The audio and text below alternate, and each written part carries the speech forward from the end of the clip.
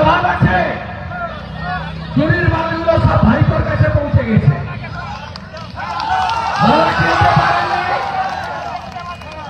বিদ্যাসাগর মহোদয়কে দেওয়ার জন্য উত্তরীয় দিতে পারেননি, নিজের গলার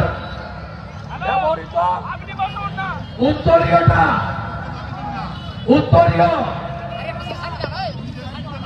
বিদ্যাসাগর মহোদয়কে পরিয়ে দিয়েছে, তাও পুলিশের হাত দিয়ে, শৈলেশ উপাধ্যায় আইসি ঝাড়গ্রামের হাত দিয়ে।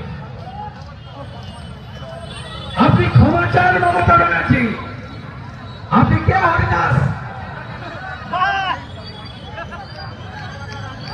আমরা ভারতীয়রা, বাঙালিরা বর্ণ পরিচয় সংস্থাকে প্রণাম করি, আর ওর ভাইপোটা আরো গেলি।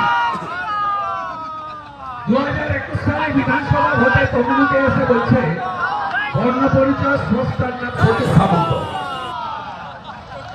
মনে আছে 2021 বিধানসভা ভোটে হেলিকপ্টার চড়ে এসেছিল তোলাবাজ ভাইপো, বলছে বর্ণ পরিচয় সংস্থা সতীশ সামন্ত।